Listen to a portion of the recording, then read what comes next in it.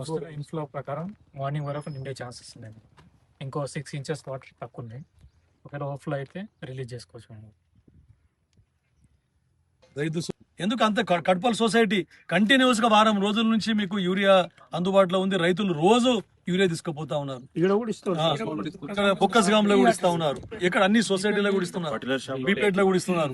మీరు అనవసరంగా ఏదో రైతులను మభ్యపెట్టి ఏదో మీరు తప్పుడు ప్రచారాలు చేసి లబ్ధి పొందాలని ప్రయత్నం చేస్తే రైతులు మూర్ఖులు గారు, ప్రజలు మూర్ఖులు గారు.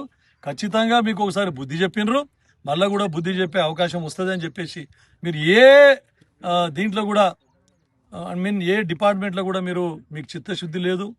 మీకు ప్రజలు 10 సంవత్సరాలు అవకాశం ఇస్తే అప్పుల పాలు చేసి ఇప్పుడు కురుస్తున్న వర్షాలకి మన నారాయణఖేడ్ డివిజన్ పరిధిలో ఎటువంటి నీళ్ళ కొరత అనేది లేదు. ఇప్పటికే మనకి సాధారణ మించి వర్షపాతం నమోదైంది. మనకి ఇదే సిచ్యువేషన్ ఇంకొక 10వ తారీఖు వరకు ఉంటుంది కాబట్టి ఐఎండి వారి యొక్క సలహాల మేరకు 10వ తారీఖు వరకు వర్షాలు ఉన్నాయి కాబట్టి ఇప్పుడు వాటర్ కూడా అవసరం లేదు. ఎందుకంటే ప్రతి మల్లెల్లో కూడా నీళ్లు బాగా ఉండిపోయినాయి, రీఛార్జ్ కూడా అవుతున్నాయి కాబట్టి ఇబ్బంది పడాల్సిన అవసరం లేదు.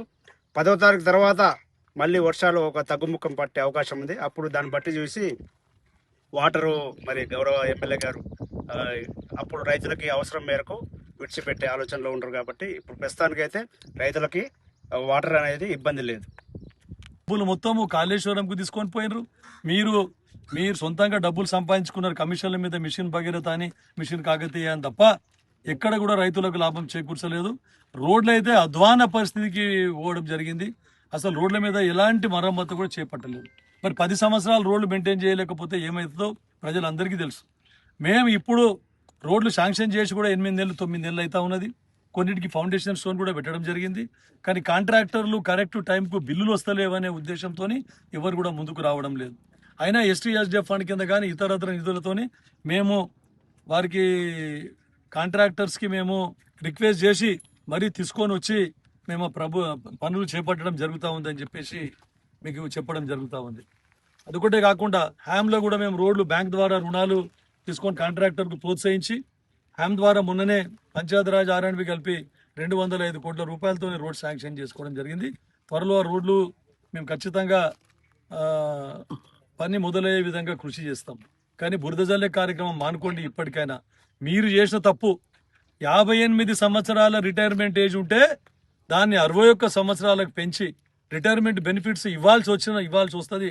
ఆ భారం మోయలేక ఫస్ట్ తారీఖు వస్తే జీతాలు ఇయ్యలేక 8 లక్షల కోట్ల అప్పు చేసి మొత్తము ఆర్థిక వ్యవస్థనే చిన్నాభిన్నం. కానీ మీరు ఏమో దాన్ని మళ్ళీ బురద జల్లే మీరు చేసిన తప్పిదాలన్నీ మా మీద రుద్ది ప్రతి నెల రిటైర్మెంట్ బెనిఫిట్స్ 1,000 కోట్ల రూపాయలు అవసరం పడతా ఉంది. అది మీరు చేసిన ఘనత 58 నుంచి 61 సంవత్సరాలు పెంచడము. మళ్ళీ నిరుద్యోగ యువతకు ఉద్యోగాలు దొరకకుండా చేసినారు, ఒక్క ఉద్యోగం కూడా ఇవ్వలేదు. ఈరోజు ఇన్ని ఉద్యోగాలు ఇచ్చినాం అన్ని డిపార్ట్మెంట్లల్లో అని చెప్పేసి అది మా కాంగ్రెస్ గొప్పతనం అని కూడా మీకు చెప్తా ఉన్నాం. మళ్ళీ అదొకటి, హాస్పిటల్ మీద కూడా మీరు ఇచ్చారు నిన్న మీ TRS పార్టీ నాయకులు. మందుల కొరత ఎక్కడ లేదు, కావాలంటే చూడండి. మందుల కొరత ఎక్కడన్నా ఉంటే మా ప్రభుత్వం చెప్పి మాకు సలహాలు సూచనలు ఇవ్వండి. ఎక్కడ మందుల కొరత ఉంటే అక్కడ మందులు కూడా ఫుల్ ప్లేజ్డ్గా సప్లై. వ్యాక్సిన్లు ఉన్నాయి, వ్యాక్సిన్లు కూడా ఎక్కడ తక్కువ పడకుండా వ్యాక్సిన్లు కూడా మేము చేస్తూ ఉన్నాం. తర్వాత ఇప్పుడు వర్షాకాలంలో ఏదైతే ఉన్నదో మనకు శానిటేషన్ కూడా ఇంపార్టెంట్ దృష్టి పెట్టి దాన్ని కూడా మేము ఫుల్ఫిల్ చేస్తూ ఉన్నాం. ఎక్కడన్నా వాటర్ బార్న్ డిసీజెస్ కానీ వెక్టర్ బార్న్ డిసీజెస్ కానీ అవన్నీ రాకుండా మేమందరం ముందస్తు జాగ్రత్త తీసుకుంటా ఉన్నామని కూడా చెప్తా ఉన్నాం. కాకపోతే డాక్టర్ల కొరత ఉన్నమాట వాస్తవం, మేము చెప్తా ఉన్నాం. ఎందుకంటే 3-4 సంవత్సరాల నుంచి ఇక్కడ డాక్టర్లు పనిచేసింది, వాళ్ళ పీరియడ్ అయిపోయింది, వాళ్ళందరికీ ప్రభుత్వం ట్రాన్స్ఫర్ చేసింది. ట్రాన్స్ఫర్ చేసిన తర్వాత నేను ప్రభుత్వం మీద ఒత్తిడి తీసుకొని వచ్చి మీకు అందరికీ మీరు చూసే ఉంటారు, నేను అసెంబ్లీలో కూడా దాని మీద రైజ్ చేసిన. మా దగ్గర ఎంప్లాయ్మెంట్ చాలా ఉంది, టీచర్లు కానీ డాక్టర్లు కానీ మా దగ్గర ఇంకా చాలా అవసరం ఉందని కూడా చెప్పడం జరిగింది. ప్రభుత్వం స్పందించి అక్కడ CSC మాకు ఇది కరస్గుతి కానీ కల్లేరు కానీ ఏరియా హాస్పిటల్ నారాయణఖేడ్ కానీ అందరి డాక్టర్లను మొత్తం సఫిషియెంట్ డాక్టర్లు కూడా ఇవ్వడం జరిగింది. కానీ ఇంత దూరం నారాయణఖేడ్ అని చెప్పేసి చాలామంది డాక్టర్లు అక్కడ జాయిన్ కాకుండా మళ్ళీ ట్రాన్స్ఫర్కు ట్రై చేసుకుంటా ఉన్నారు, డిప్యుటేషన్ ట్రై చేసుకుంటా ఉన్నారు. అయినా మా మా మెడికల్ ఆఫీసర్స్కి అందరికి కూడా, ఎందుకంటే పై అధికారులు అందరూ దృష్టికి తీసుకొని వచ్చి నారాయణ ఖేడ్కి చాలా అత్యవసరం ఉన్నది డాక్టర్లదని చెప్పేసి వారికి డెప్యుటేషన్ ఇవ్వకుండా తిరిగి ట్రాన్స్ఫర్లు చేయకుండా వారందరినీ రిక్వెస్ట్ చేసుకొని ఎప్పటికప్పుడు వారితో సంప్రదించి వారు ఇక్కడ నారాయణ ఖేడ్లో విధులు నిర్వహించే విధంగా వారిని రిక్వెస్ట్ చేసుకుంటా ఉన్నాం. తర్వాత ఎక్కడైతే మీకు ఏమన్నా ఇబ్బందులు ఉంటే వాటిని మేము అధిగమించి మీకు అందరికి సహాయ సహకారాలు అందిస్తాం. మా ప్రజలకు మాకు మెడికల్ సర్వీసెస్ మీరు అందియాలి అని చెప్పేసి వారిని రిక్వెస్ట్ చేస్తూ ముందుకు తీసుకుపోతా ఉన్నాం. మీలాగా బురద జల్లే కార్యక్రమం మాకు లేదు. కావాలంటే స్టాటిస్టిక్స్ తీద్దాం, ఎక్కడికంటే ఎక్కడ ఛాలెంజ్. మీ 2023 కంటే ముందు ఎన్ని డెలివరీలు అయినాయి, ఎన్ని సిజేరియన్ సెక్షన్లు అయినాయి, ఎంతమంది అవుట్ పేషెంట్లు ఉండ్రి. తర్వాత 23 తర్వాత మా ప్రభుత్వం వచ్చిన తర్వాత 24 నుండి ఎంతమంది ఎన్ని డెలివరీస్ అయితే ఉన్నాయి, తర్వాత ఎన్ని సిజేరియన్ సెక్షన్లు అయినాయి, ఎంత అవుట్ పేషెంట్ పెరిగింది అని చెప్పేసి మీరే రికార్డులు చెప్తాయి, మేము చెప్పవలసిన అవసరం లేదని చెప్పేసి ఇకనైనా మీరు ఈ దుష్ప్రచారాన్ని ఆపుకోండి, అబద్ధాల ప్రచారాన్ని ఆపుకోండి, లేదంటే ప్రజలు మరొకసారి మీకు బుద్ధి చెప్తారని చెప్పి చెప్తా ఉన్నాం. నిన్న మాజీ శాసనసభ్యులు రైతుల పేరు మీద ఒకటి ప్రెస్ మీట్ పెట్టడం జరిగింది. మరి అవగాహన రాహిత్యమా మరి ఏమో తెలియదు ఆయనకు. మేము మొన్ననే విజిట్ చేసిపోయినాము. మేము 89 లెవెల్లో ఉన్నప్పుడు విజిట్ చేసి రైతులందరికీ చెప్పినాం, ఎప్పుడు అలుగొస్తుందో ఎప్పుడు కంప్లీట్ అవుతుందో మనకు ఓవర్ఫ్లో అయినప్పుడు ఖచ్చితంగా మేము నీళ్ళు వదులుతామని చెప్పడం జరిగింది. ఎందుకంటే ఒక్క సుక్క కూడా నీళ్లు వేస్ట్ పోకుండా చూడవలసిన బాధ్యత అధికారుల మీద, మా మీద ఉన్నదని, ప్రజాప్రతినిధుల మీద ఉన్నదని చెప్పేసి చెప్పడం జరిగింది. అప్పుడు 89 లెవెల్ ఉండే. గత సంవత్సరంలో కూడా నేను వచ్చిన 3 రోజులకే నీళ్ళు నిండినాయి. దాని తర్వాత మీ నీళ్లు వదిలాం. మేము నీళ్లు వదిలి మొత్తం అందరు నాట్లైన తర్వాత 5 రోజులు నీళ్ళు వదిలిన తర్వాత నీళ్లు స్టాప్ చేయడం జరిగింది. నీళ్లు బంద్ చేసినాక కాలువలలో వచ్చి అప్పుడు ఆయన మళ్ళా ప్రెస్ మీట్ పెట్టి మేము ధర్నా చేస్తాం, రైతులకు అన్యాయం చేస్తున్నారు అని చెప్పినారు. అబద్ధం మొత్తం. రైతు నీళ్ళు వదిలిన 5 రోజులు రాలేదు ఆయన ఇక్కడ. నీళ్లు కట్టేసి మొత్తం నీళ్లు అందరికీ అంటే టేలెంట్ వరకు నీళ్ళు ఇచ్చిన తర్వాత కాలువలు కట్టేసిన తర్వాత వచ్చి ఖాళీ కాలువలలో ఫోటోలు దిగి వీడియోలు తీసి అప్పుడు పెట్టడం జరిగింది. కాబట్టి రైతులకు మీకంటే ఎక్కువ వ్యవసాయం గురించి నాకు అవగాహన ఉన్నది. నేను ఒక డాక్టర్నే కాదు, వ్యవసాయం మీద కూడా అవగాహన ఉన్నది నాకు. నువ్వేమో ఖాళీ నీ స్వార్థ రాజకీయాలు, నీ ఓట్ల రాజకీయమే చూసుకుంటా ఉన్నావు.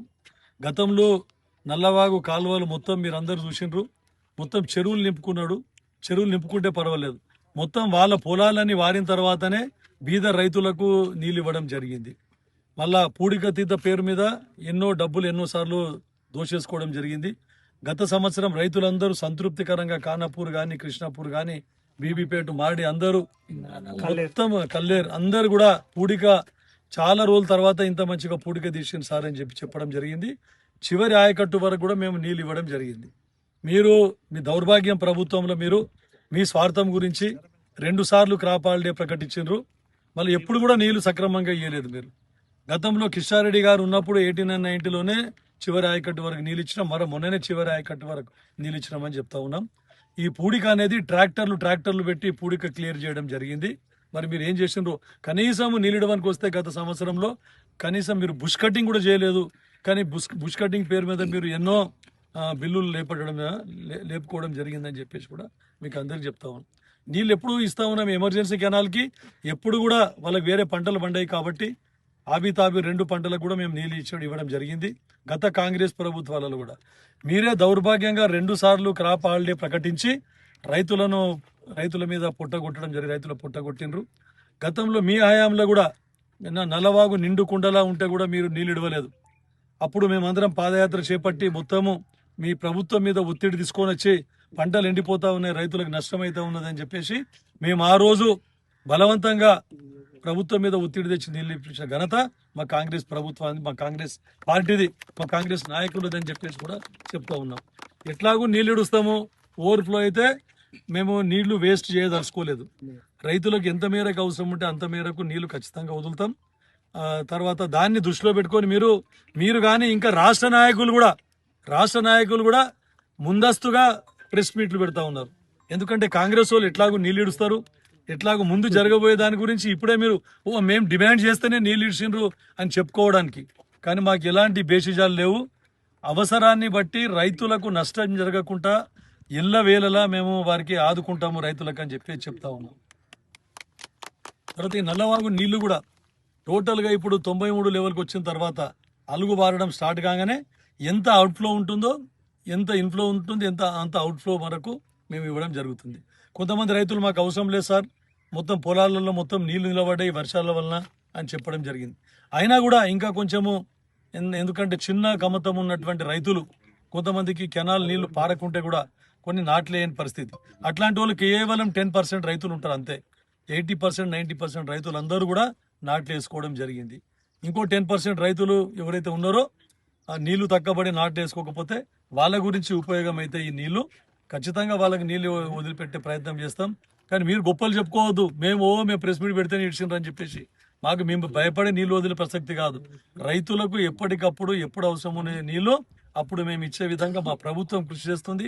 మా అధికారులు ఎల్లవేళలా చూస్తూ నీళ్లు లెవెల్ పెరుగుతూ ఉంటే ఎప్పటికప్పుడు నాకు ఇన్ఫర్మేషన్ ఇస్తూ ఉన్నారు. ఎప్పుడు అవసరం ఉంటే అప్పుడు నీళ్లు వదలడానికి మా ప్రభుత్వం సిద్ధంగా ఉంది అని చెప్తా ఉన్నాం. మీరు చెప్పవలసిన అవసరం లేదు, మీరు పాఠాలు నేర్పవలసిన అవసరం లేదు. మీరు నీటిని దొంగతనం చేసుకోవడము, మీ పొలాలకు ఫస్ట్ వారించుకోవడము, పేదల కడుపు కొట్టి అది మానుకోండి అని చెప్పేసి మీకు హితబోధ చేస్తా ఉన్నా.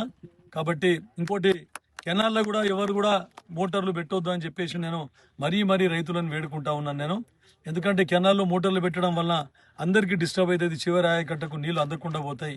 కాబట్టి ఎందుకంటే నల్లవాగులో నీళ్ళు ఉంటే గ్రౌండ్ వాటర్ పెరుగుతుంది, కాబట్టి మీ బోర్లలో కూడా రీఛార్జ్ అవుతాయి, ఆ నీటిని వాడుకోండి అని కూడా మీకు అందరికీ చెప్పడం జరుగుతూ ఉంది. ఇక తర్వాత రైతుల ఎరువు గురించి మాట్లాడారు. ఎరువులు దొరుకుతలేవు ఎక్కడ అని. ఎరువులు నీకు దొరకలేదేమో మరి. ప్రతి రైతు ఎవరు కూడా కంప్లైంట్ రాలేదు ఇప్పటి వరకు. మా అగ్రికల్చర్ డిపార్ట్మెంట్ అగ్రికల్చర్ అధికారులు ఇక్కడే ఉన్నారు. ప్రతి సొసైటీ నుండి కూడా యూరియాను ఎప్పటికప్పుడు మేము డిస్ట్రిబ్యూట్ చేస్తూ ఉన్నాం రైతులకు.